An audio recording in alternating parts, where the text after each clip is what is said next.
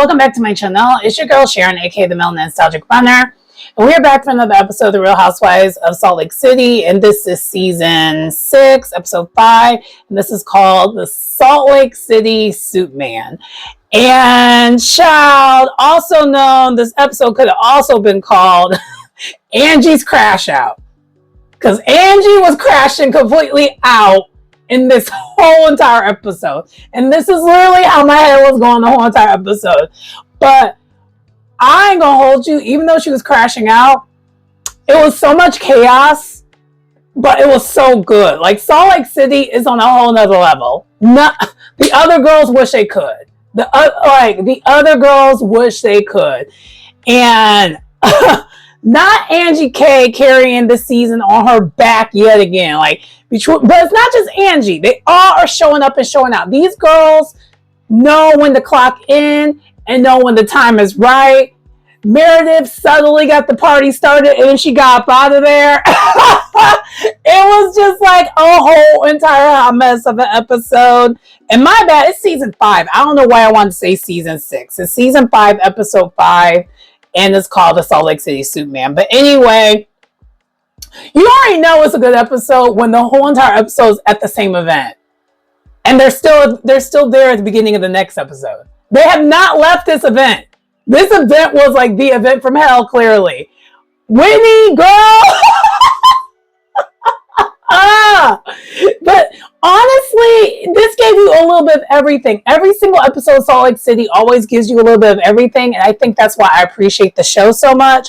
But without further ado, let's get into the episode. I don't want to waste too much time with this. I won't waste too much time and take too much of your time, so let's get into it. So we first start off with Whitney talking about how she's organizing this event.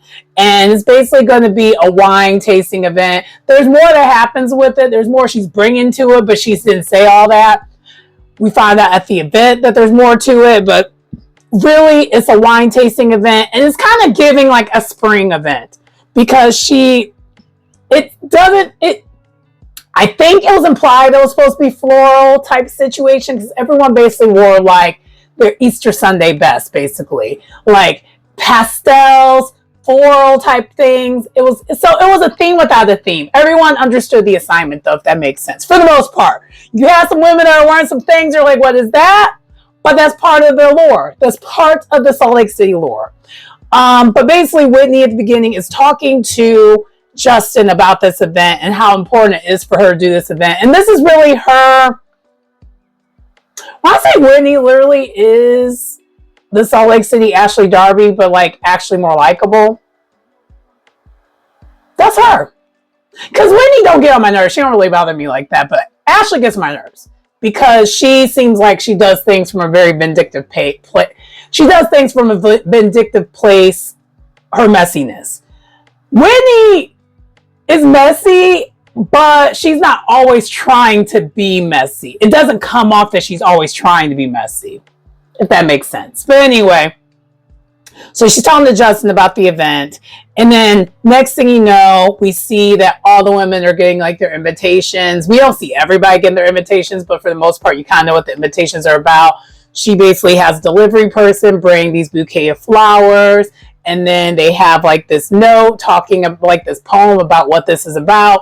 Oh, and the reason why she's doing this is because she's basically reiterated this every single episode so far that she wants to get back to her old self.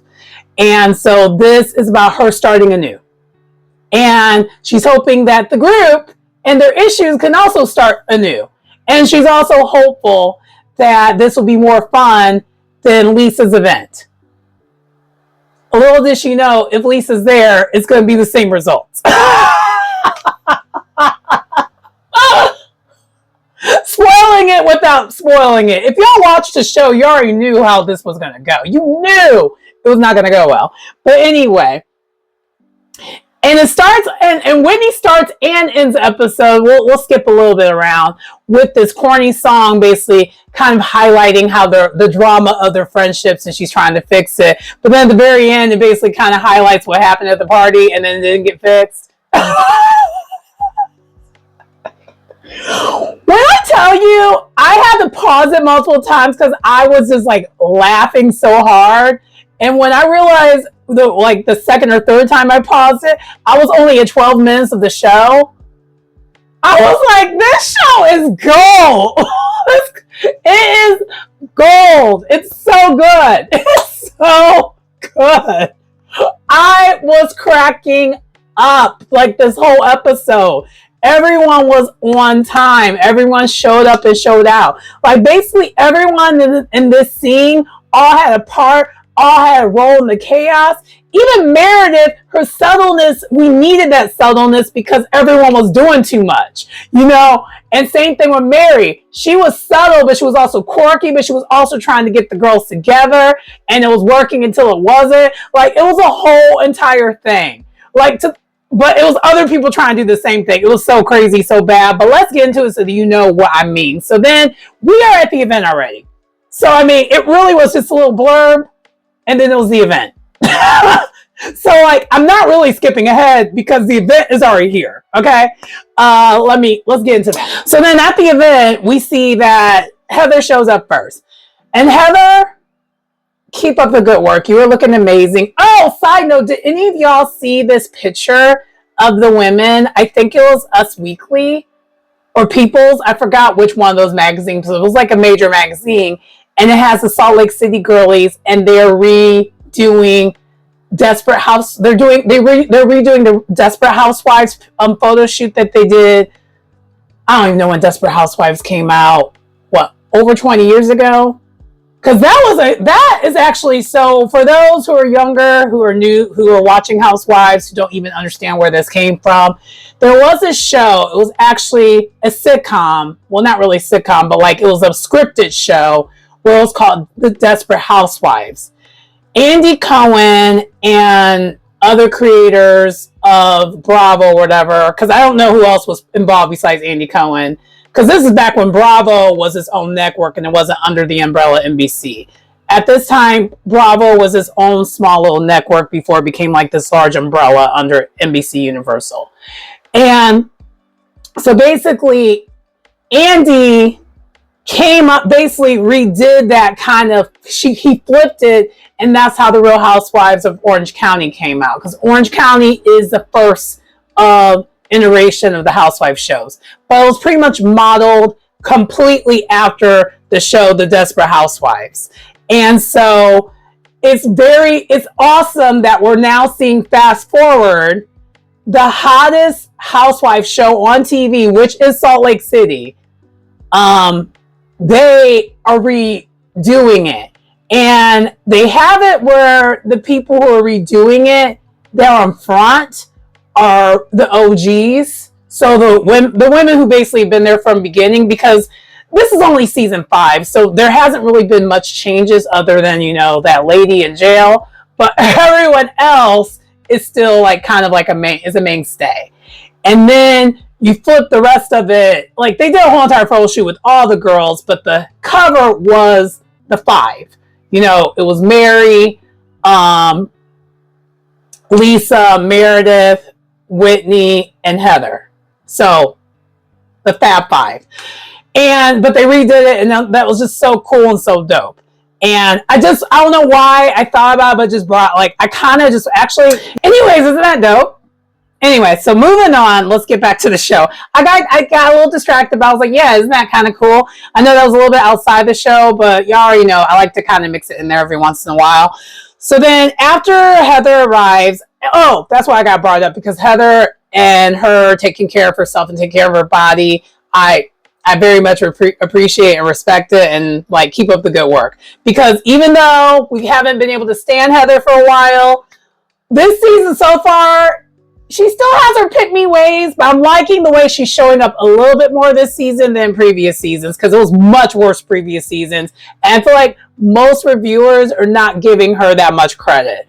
And I've been seeing that her opinion was changing. She just isn't saying it out loud yet. I think it's going to get to the point where she's going to, because it's getting really bad.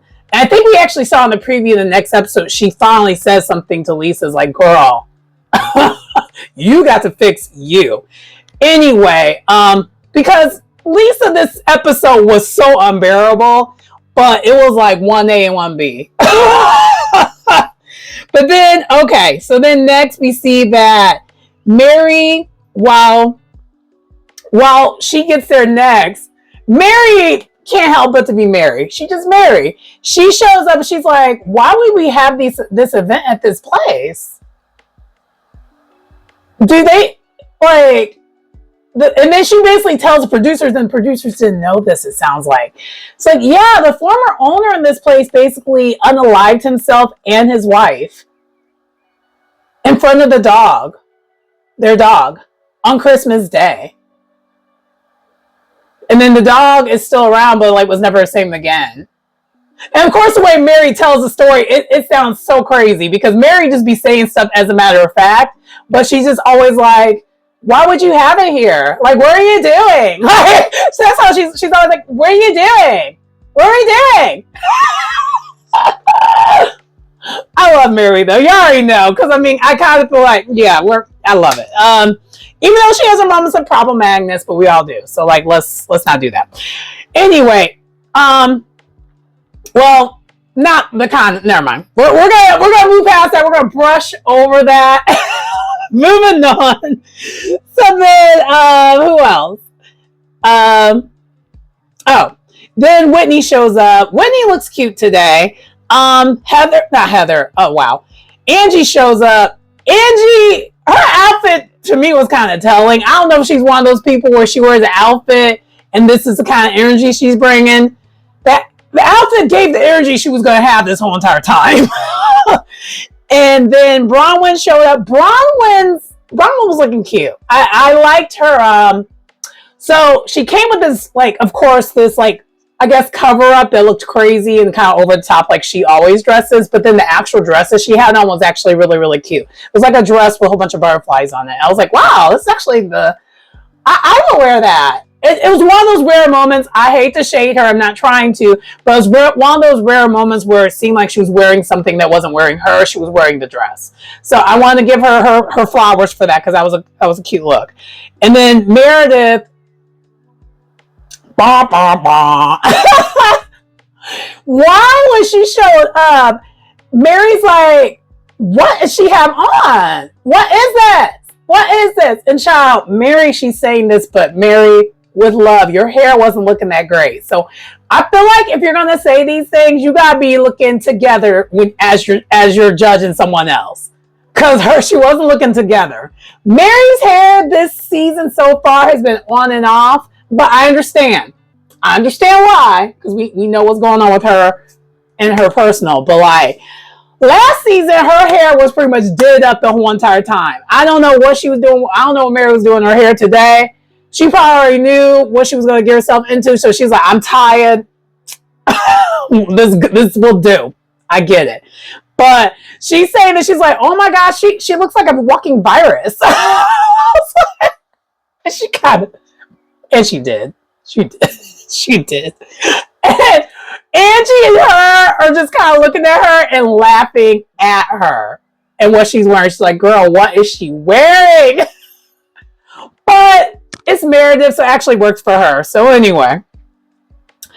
And then the thing is, if you notice, is the mood was light where all the other ladies showed up. And then with Lisa showed up, stank attitude. It's clear this season, Lisa's in the outs this whole season. And it's not, the thing is, I feel like in most franchises, it will come off as a gang up. But I think one thing that these ladies on this show have realized is they try not to do the gang up. They try not to. So you notice in this, especially in this whole entire scene, most people were trying not to go there. And basically, the best way to handle Lisa is to disengage and not engage with her. And so, therefore, there's no such thing as a gang up because there's no engaging with her arguing. Everyone got that memo but Angie. But anyway.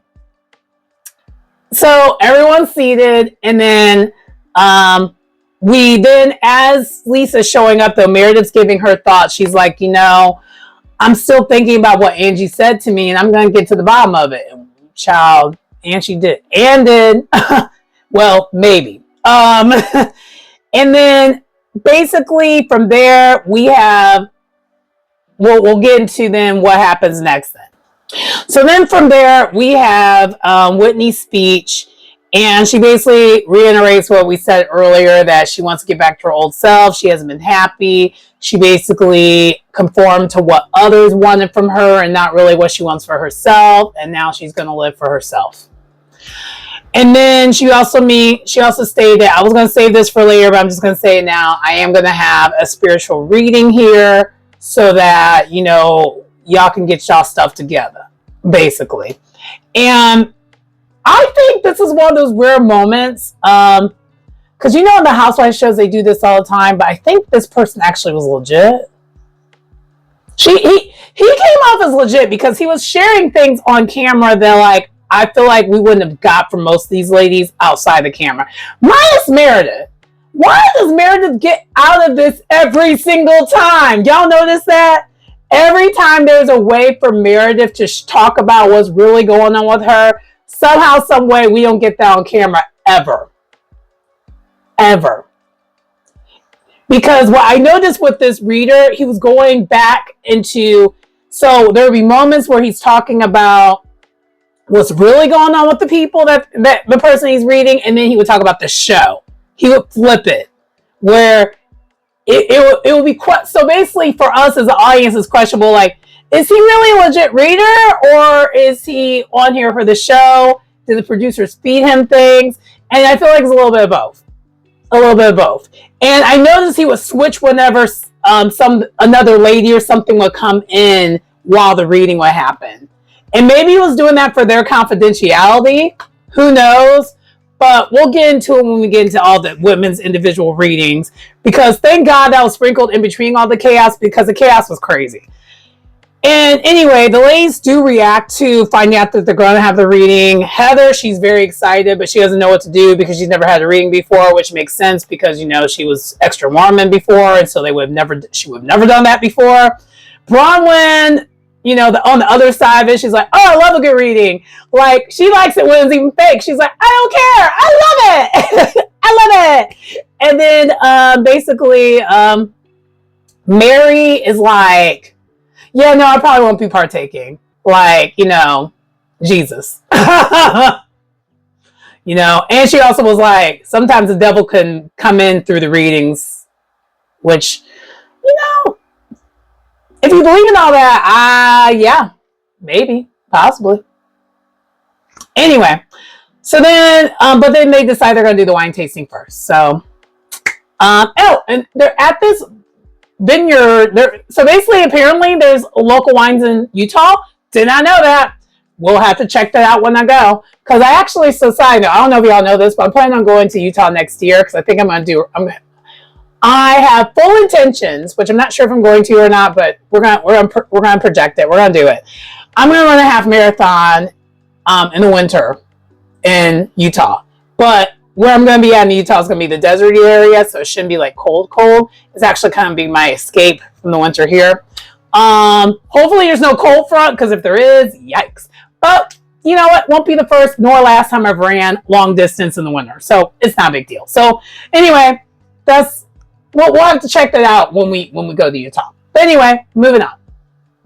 So then out of nowhere, Angie's like, yeah, I would love to live in a place like this, because they're at a beautiful, like, the place is beautiful. They have birds everywhere. There are peacocks. It actually is kind of a nice established, like a nice spot where it's, she's like, yeah, I'd love to have a house where I have more like, anchors, because right now she's in like more of a modern house, and, she doesn't have a lot of land. She's like, if I was to move though, and she basically just states that she's actively trying to sell her house. And I wonder if she sold her house or not yet. But anyway, she's basically saying she's actively trying to sell her house, and she won't be neighbors with, I believe she's neighbors with Bronwyn and Mary right now. Like, they live close by, basically. She's like, she won't be, but she wants something a little bit. She kind of wants to go out of the country. And you kind of could tell that was kind of her vibe, because, I mean, the first episode seems like that is more of her speed. And then also her daughter, horse rides and stuff like that. So she kind of wants to do that. And so as she's talking about this, Brittany interjects and she's just kind of like, why didn't you ask me for real estate advice? You know, I'm a real estate agent, right? And Angie's like, well, I mean, it's been on the market for a while and I have a family friend who I'm working with. Like, I don't really know you like that. So I'm going to go with the person who I already know. And Brittany, this whole entire time, as she's still talking, Brittany's just on her phone critiquing how long her house has been on the market and everything. And that starts with, so now they have a little bit of a mini argument about this because Angie literally cuts her off real quick. She's like, you don't know anything. You're dumb. And Brittany's like, dang, what constitutes that? And that should have been a hint to all of us. Angie's going to crash out. Because the way she reacted towards Brittany this whole time, even though Brittany was being shady, you could tell she's being shady. But I was like, you know, the best way to not, you know, interact with Brittany, don't give her anything. But Angie can't help herself. She can't help herself. So then from there, Whitney kind of like tags herself in. She's like, you know, Brittany, are you, because out of nowhere, Brittany's like, yeah, Jared's calling me right now. And they're all like, wait, you're back with Jared again? How is this old but not old at the same time? I don't know why it's comedically bad how she just keeps going back to this man, but yeah, she just keeps neglecting her children. Maybe that's why we don't feel bad for her, because we're just like, girl, you're a deadbeat mom who just really just rather be with like this man. And anyway, Whitney was like, yeah, Justin actually met up with Jared and he basically said that you use him for money. And roll the beam footage. Sure enough, he said all these things. He basically was talking mad crap about Brittany. And Brittany's like, oh my God, what he did? Ah! She just starts crying. And as she starts venting and crying about Jared, all of a sudden just this gust of wind just starts being in their orbit and like keeps knocking down Whitney's like flower arrangements everywhere. They keep picking it back up, keeps going back down, picking it back up. And everyone's like, it's an omen. Even the wind wants you to break up with Jared. And then at this point, they're just like, do you want to go to the reading first, Brittany? She's like, yes, I do. So she does end up going to the reading. And then as this is happening, Meredith gets right to it. She's like, you know, I have something to say. Lisa, we've been working on our friendship. I think we're in a great place, but I just have a question for you so that we stay in this good place. Have you been, you know, whether we were or were not in a good place, did you try to spread negative rumors about my family? And of course, Lisa's like, oh my gosh, no. Why would I? You know, I've been working hard for us to be in a good place too. So no, why would I do that? You know what? Maybe Satan said that. And she looks directly at Angie. And to me, that tells me that she did do that. Lisa's lying. She did that. Because if you didn't do that, you would question, where did you get that from? You knew immediately that she got that news from Angie. And it doesn't even make sense how she would get that from Angie, because you already knew Meredith and Angie weren't good for a while. So why immediately you knew it came from Angie? Yeah, you did that. I'm sorry. Yeah, she did that. And so, of course, this starts a whole entire mess. And we thought it was going to be a one and done. Child, why was this a whole episode of Angie versus Lisa? Neither of them would stop. And the thing is, I love Angie. Angie K is just like a breath of fresh air in the show. I love her. But as it's kept progressing, I was like, you two are two sides of the same coin when the way they argue. So it's just like there's no getting anywhere because no one's listening. it's basically just chaos the whole time. And I'm just kind of like, oh my gosh, I feel like these ladies now understand how Andy feels during the reunions when them two go back and forth. But normally, at least there's an Andy that stops it. They were having a rough time stopping it, and it was literally this whole entire episode of this. So they're going back and forth. Meredith seems to just let it go that, Lisa didn't do this. Heather, in her confessional, and even a little bit at the table, is annoyed. She's like, why would she let that go? Like, I would question that. Like, that doesn't seem like he, like, you just would question that immediately. Like, Meredith would flip out over things less, crucial than this. And so Heather is still not really feeling Lisa, and you could tell. But outwardly, she's still putting on a front like she's okay with her, but she ain't good with her either. And so then, as this is happening, though, we see that the chaos continues because Brittany is in the background. She goes and gets a reading. And side note, the reading is not where they're at. Like, should they go all the way? They go to a different area. But I feel like it will be hard to do the reading because it's like you still get, especially how loud Lisa gets. I'm sure they could hear everything. It's kind of like, I don't even know how that works. But anyway, so Brittany is just like so reactive. She's like, oh my gosh, how would he know these things about me? Everything that this reader said initially was like, do you have an estrangement? He basically regurgitated what Brittany has said to us multiple times, that her and her daughters do not talk to her because they don't communicate. And that's all he said. He's like, yeah, you need to work on your communication with your daughters.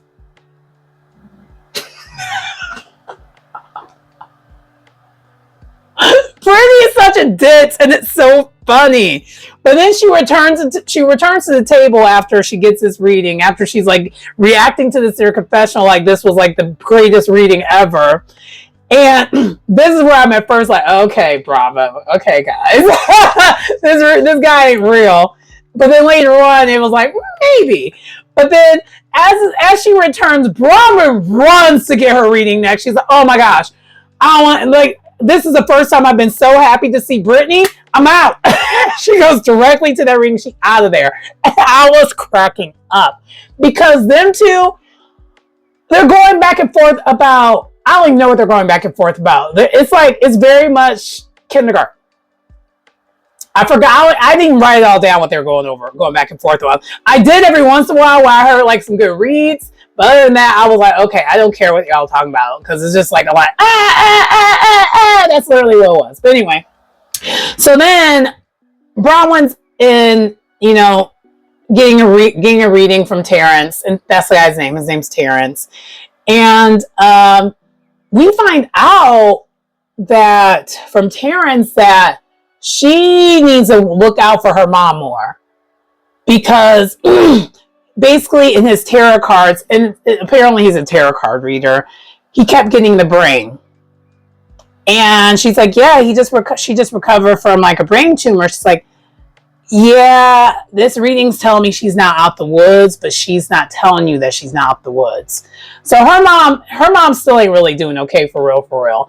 And Bronwyn hasn't really thought about it because for one, she has a contentious relationship with her mom. Number two, they've been focusing so much on her dad that it would be hard to pay attention to her. And I think they thought once they did the surgery, it was done. And he's like, no, it's not. And you're at a moment where things are critical, where you really should get that checked out again to fix what you can fix. But another thing is that he basically said to her, I know she comes off like she don't care about you. She actually does. Unfortunately, this is a way she knows how to show you, which I get that. But at the same time, I don't know if I myself could put up with that.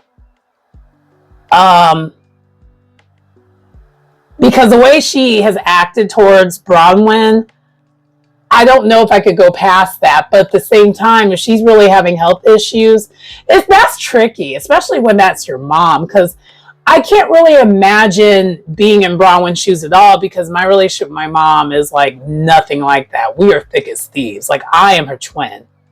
I'm like her taller, more athletic version of my mom.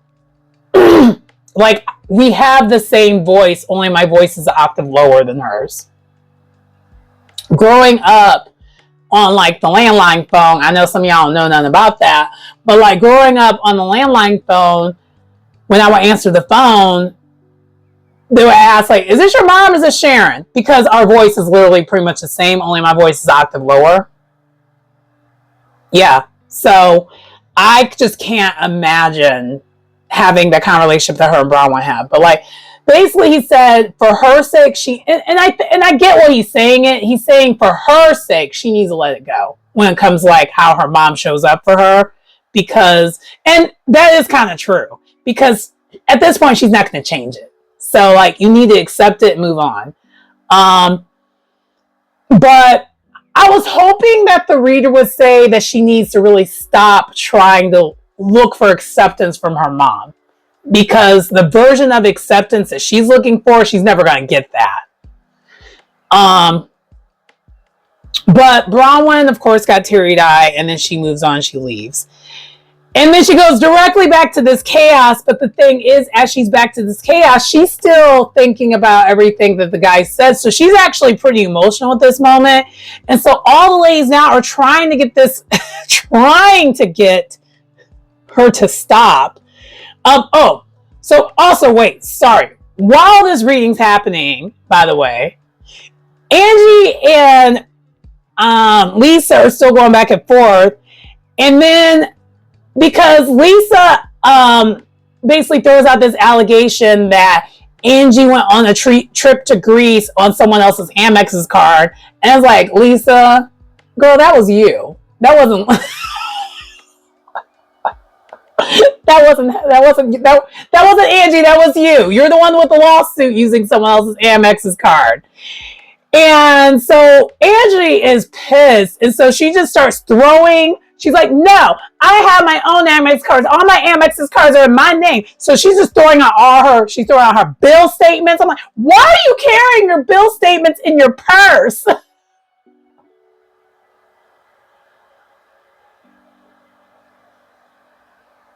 So she throws out her freaking bill statements. Then she throws out like her Amex cards out to everyone. And then she throws out like, I guess like a reader thing that you use for your Amex only, kind of like a smartwatch, but it's literally just for a black card for Amex. And Heather and Brittany were cracking me up. And Mary the whole entire time is the only one was sitting. She's like, put the cards away. You're going to lose your cards. Put the cards away. Put the cards back in your purse, girl. Put the cards back in your purse.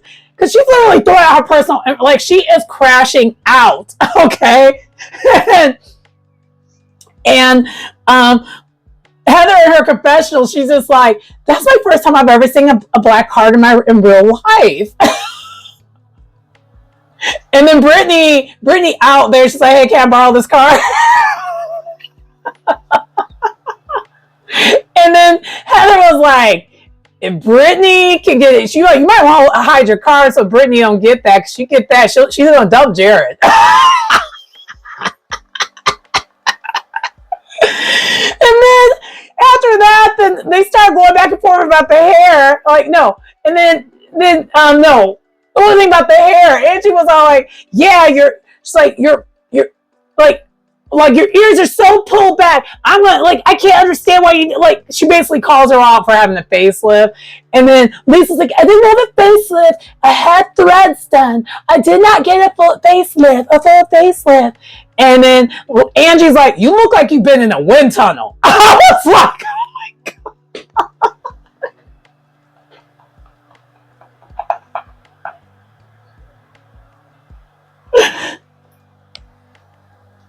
Is Angie lying?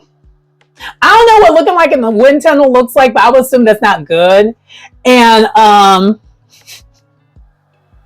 She's not really wrong. Because every time they give a close-up of Lisa, even with the work, it's just a PSA for everyone in this world. Drink water. Drink water. Drink water. You know, drink water. That's it, that's all. Anyway. So then Bronwyn gets back and she's crying because of, you know, the breeding, right?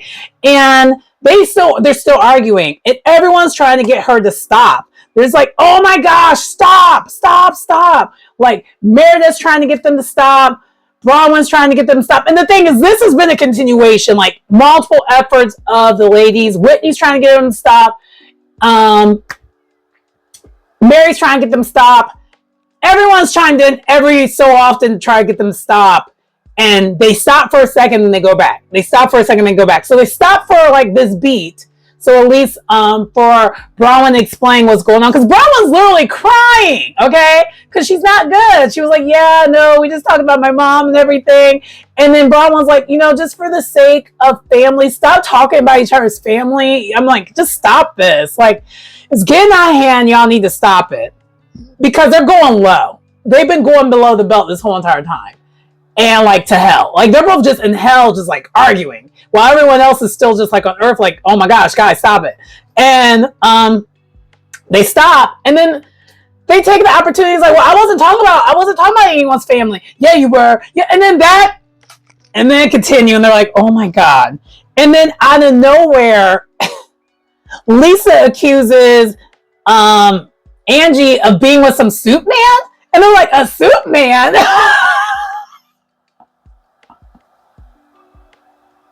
And then Meredith's like, isn't that like a character off of Seinfeld? I was like, that was literally what I thought. I was thinking about like the soup Nazi, no soup for you.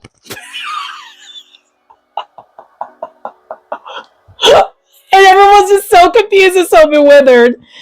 And then Heather leaves, and she's next for the readings, by the way. I don't know when it happened, when she left, but she did. I think she left after Bronwyn left. Like they do as people come in, they're doing this. But I'm like, but there's just so much going on because this is still continuing while that's happening over there. So sorry if this review sounds all over the place, but that was how the episode was. But it was so entertaining. So entertaining.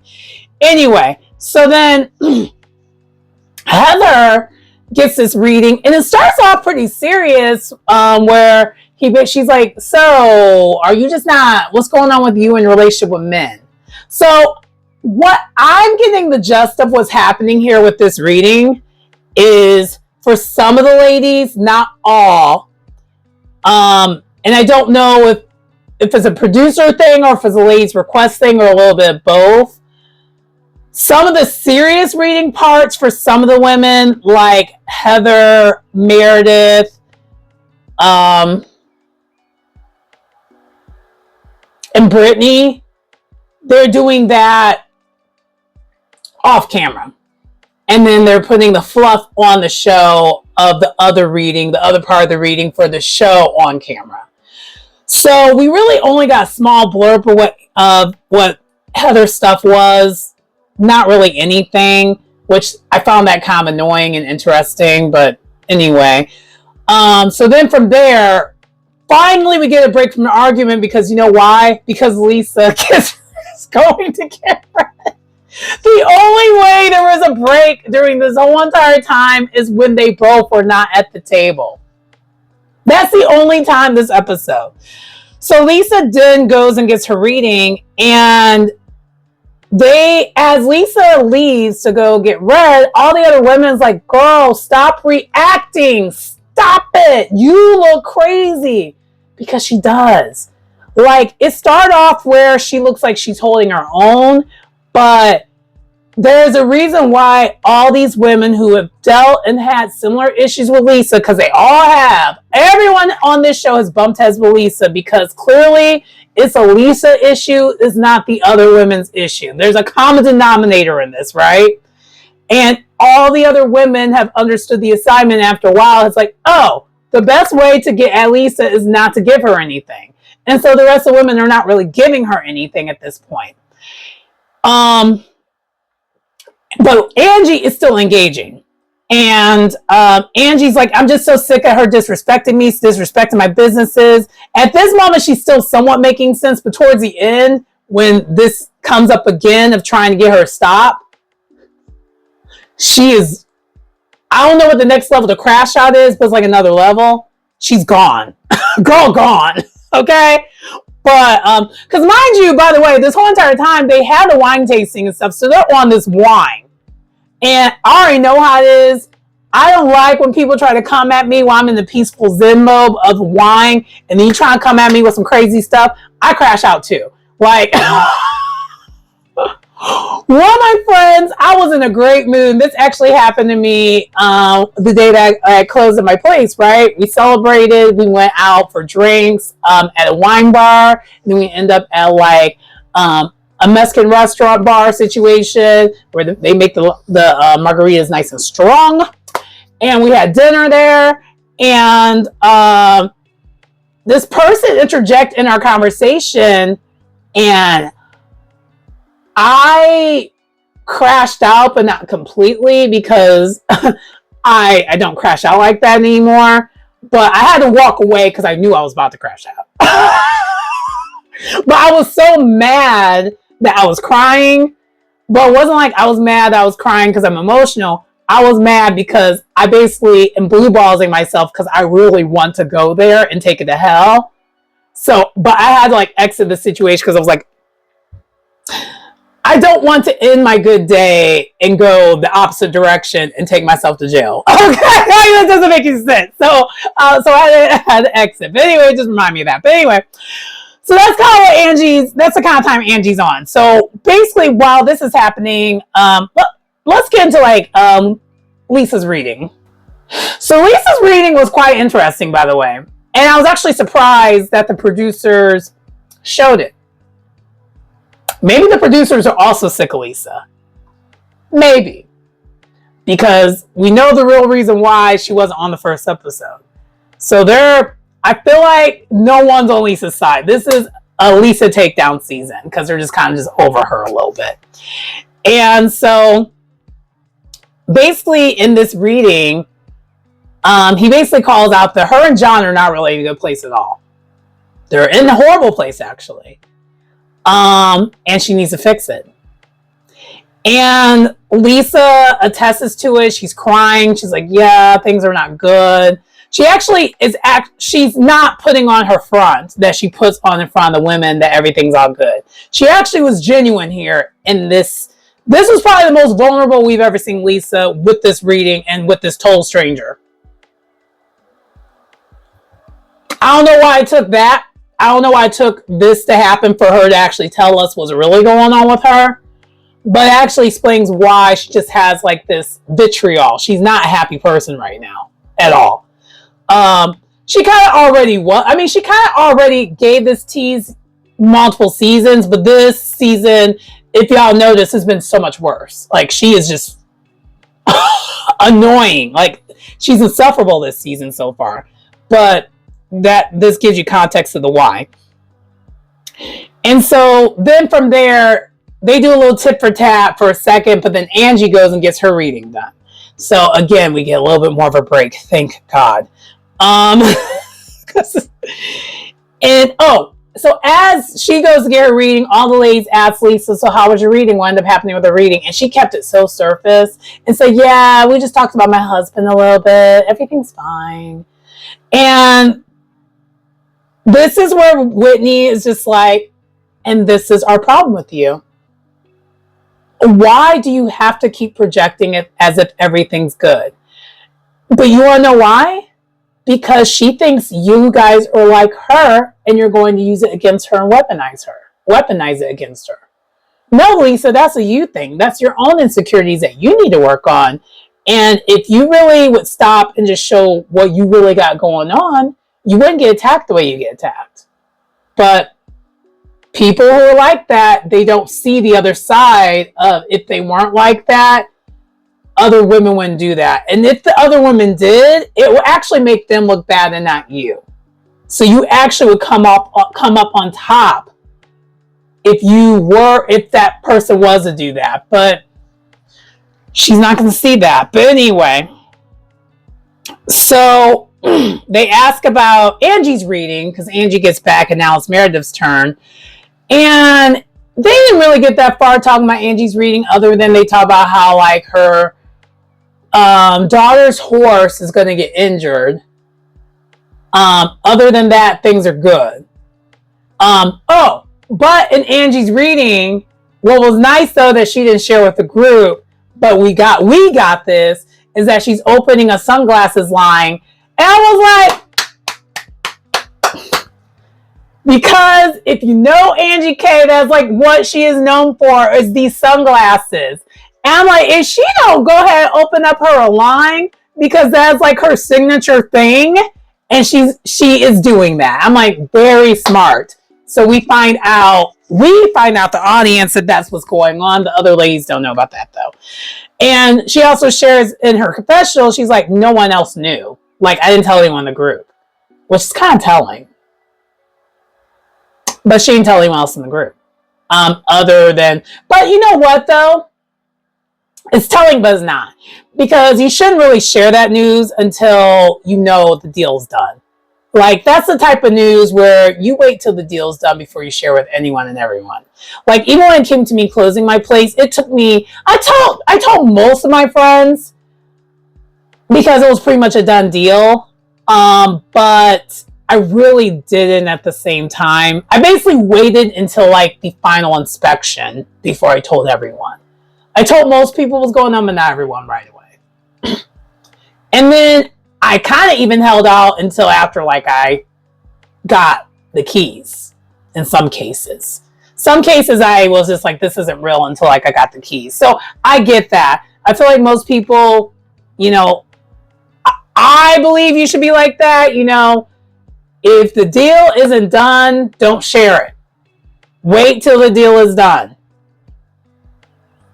Anyway, where are we at with this? Okay, so Meredith's getting a reading, and we didn't get anything from Meredith's reading because right then and there, Angie goes into the room that she's getting read at while the reading's happening to get things that she brought earlier on, and we're like, oh Lord, this is about to go left, this is about to go left. Because again, while this is happening, Angie and Lisa are still going back and forth again. But then finally, they pull the ladies apart. Mary is trying to talk some sense into Lisa to be the bigger person. She's like, I need you to be the bigger person. Like, stop it. Like, stop it, please. And Lisa seems like she's willing to listen and she is going to try to be the bigger person. But Angie kills it immediately. Because essentially, like I said before, they have the same argument style. So they're basically arguing with themselves. So imagine, unless you both want to be the bigger person, someone's always going to take it to hell. And then that other person's going to react because neither of them know how to not react. So basically, as Mary's thinking she's going to resolve something, Angie comes back out and she has like this box, like she has the box of all of the things that Lisa has gifted to her throughout the years. All of it. And she's like, you know, if the friendship's done, the friendship's done. Have it all. And of course, Lisa's reacting to it is not good. And they go back to arguing yet again. And Whitney just goes away. She's like, okay, I'm just going to go on my reading. So she goes to her reading and we find out that things are still not good with her and Justin. We kind of know why. And then the business thing comes up. And then she's just kind of like, yeah, I'm just trying to be back. And then basically the reader gives her reassurance, not the reader, Terrence gives her reassurance that she needs to stop being the version of Whitney for others and be the version of Whitney for herself. That's kind of all what it boils down to. And so so as this is happening, Lisa and Angie are still not good. to the point where Lisa just eventually just is so fed up that she leaves. She leaves. And so then after she leaves, Angie is literally nuclearly crashing out. Crashing out. She is throwing stuff. She threw the horse, like the toy horse that I guess Lisa gave to Electra, and that broke, like the toe, like the leg broke.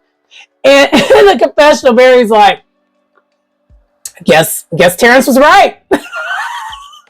Wrong horse, but things broke. But they're all trying to get her to calm down because she is doing too much. And she's like, I'm just so sick of being her punching bag. I'm not going to be her punching bag anymore. And you could tell with Angie, this, to me, it doesn't seem like this is about the show. It seems like because Angie K and Lisa, I think they've known each other since like the Jen Shaw days before the show. So she is sick of Lisa doing, apparently Lisa's been doing this to her for years, it sounds like, outside the show and everything. And she's just like, I'm just so sick of this. So Mary actually described it perfectly, what was going on.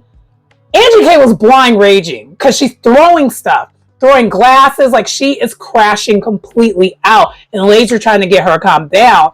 And Mary's like, girl, it's not that serious. Let it go. Let it go. Let it go. Trying to like get her back on earth because she's just so gone that she's like not really with us, it's giving.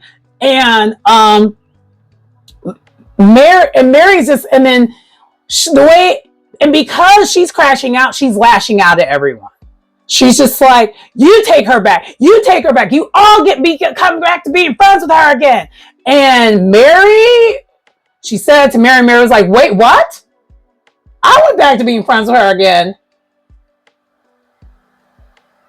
Okay, I'm done with you. I'm out. I was like, oh. Mary did what we do when we're not going to argue back and forth with you, but we're going to shut it down. And the way she shut it down was like, you know what? No, I'm done with you. I'm out. And what was triggering Mary wasn't necessarily just, there's a couple things it sounds like from what Mary's confessional was that was triggering her. She was pissed. She doesn't deal with people who blindly rage like that. Like, and that makes sense to me because Mary seems like she's, okay, not to bring the astrological signs back up, but Mary's a Libra. Libras, and I'm a Libra moon, so I get it. You usually move off of logic. Even when we're emotional, we still move off of logic. So typically, even when I conflict resolute, especially me being an older evolved version of me, and I use both sides of what I got going on inside of me, even when I had I had a big argument with my best friend like a couple months ago, and I think he thought we weren't going to resolve anything. And when I'm ready to resolve things, things are getting resolved. And not like in a forceful manner, in a way where I'm like, at this point, if it doesn't get resolved, that's on you. Like, that's where I'm usually at when it comes to my resolution. Because I have already forgiven what's going on. Now, I just want to talk about the logic and how we got here and what we can do to make sure we don't get here again. And when I am really ready to resolve things, I have everything written down because I know I'm a little all over the place when it comes to my thoughts. So I'm very intentional when I'm ready to like resolve things. And so just random raging and random, I don't deal well with that either. So I get it. And I'm not like that myself. I don't blindly rage. That is giving a lack of emotional maturity. And that's what I'm trying to get at. Like Libras as a whole, when it comes to our sign, we are considered one of the most emotionally mature people of the zodiac. Now, does that lead to us manipulating others sometimes? Yes. If you use your power for bad. I try not to though. But it explains a lot of Mary's personality, if that makes sense. If you read the Libra chart and what it says about a Libra and you look at Mary, you're like, she is a Libra. because she kind of is. And that's probably why I have a little bit of a soft spot for Mary, even though she's had some problematic moments at time to time. And that is like a common thing for Libras, I noticed, at least in celebrity Libras. Look at Cardi B. Look at Doja Cat. There's always a polarizing side to them where you're just like, why would you do that? But they're still lovable at the same time. You forgive it. It's a thing. I don't understand it, but it's totally a thing. But you know why it's a thing? Also, another thing about the Libra sign is snake charmers. They're the snake charmers of the zodiac. They could charm anyone. Like, and the charisma be charisma-ing. And trust me, I know. Because even though I'm not a Libra sun, the Libra moon, I still project a similar energy. Because I definitely don't project the Aries energy as much as I used to. Because I'm just not as angry anymore. Like, I feel like that's, I don't know. But anyway, not saying Aries is an angry sign. I don't know. I just don't really entertain a lot of people. But sometimes I do, because sometimes I'm bored. And that's the Aries thing. We do stuff because we're bored. But anyway, sorry, I went off on a tangent. Another long video. Okay, but anyway, you can tell when I like a show because the videos get long. But yeah, no, Mary gets pissed and she leaves. And Angie is still crashing out and doesn't even care. And I'm just like, girl, you were going to care. You're going to care. Because honestly, this time, and I was worried in the previews when I saw this, that it was going to be Mary's fault, that she left. That wasn't Mary's fault. That was Angie's fault. She was doing too much. She was doing too much this whole entire episode. She was doing a whole lot. And Mary was trying her hardest to reason with her. Oh, and the other thing that Mary didn't like also that she said was, which was kind of hypocritical, Mary. I'm going to get on you about this a little bit. Because she's mad at Lisa. I need to be mad at Lisa. I agree with you, but you said literally the same thing to Angie last season. You can't have it both ways. Either y'all can be like that, either y'all gonna be unite front and you both stand on business where you guys are mad at someone at the same time. You can't expect someone to be mad at someone for you, but when the roles are reversed, you don't want that in return. Some of y'all might have forgot last season. I didn't. Mary, I love you to death, but you were not on point with that. That wasn't the right reason. I would give it more to you for the fact that she was blind raging, she was doing too much, and she started getting loud with you. I would not be okay with that either. And you leaving and disengaging was the right decision because she doesn't know how to stop disengage. Like, the only way an argument with Angie K when she's in that kind of mode, it sounds like, is you have to leave. You can't just stay there, especially once she makes you mad. Because she was going to probably you already saw what she does with the other person if you engage. So I got what you did there. That was a little bit of a conflict avoidance thing. And also, too, I love you, Mary, but you really need to work through your therapist on this thing where you cut people off. I get it, because I do it too, but you need to understand the balance. You're doing it a way too much. I think I have learned to do it more because I'm more of an Aries than I am a Libra. I do it now more because that's more of a Libra thing. We just cut someone off and it's like, you don't exist to me in this world. But you do it a lot.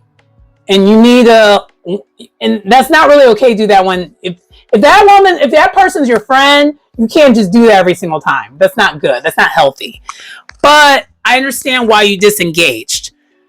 You probably should have used a different word and say you're disengaging instead of always, because the way it's coming off, Mary, it's giving, you're holding y'all friendship you're dangling the carrot of the friendship, and that's not good. And I get why you do it because it's definitely a defensive mechanism, but you gotta figure out that way and let that go. You really, really do. But also the other grace I'm giving Mary is she did just lose her mom. And the things are going on with Robert Jr. So there are a lot of behind the scenes stuff going on with Mary, which I'm not sure if Angie knows about the mom thing, because she hasn't opened up to the group about the mom thing yet. But anyway, that does conclude this episode. I know it was a lot, but the episode was a lot. It was just so much fun to watch, but I just kind of wanted to get this out the way. But anyway, that does conclude this. Please like, comment, subscribe to the channel if you get anything out of the content. It's your girl Sharon, aka the Melanin Nostalgic Runner, and I will see you next time. Bye.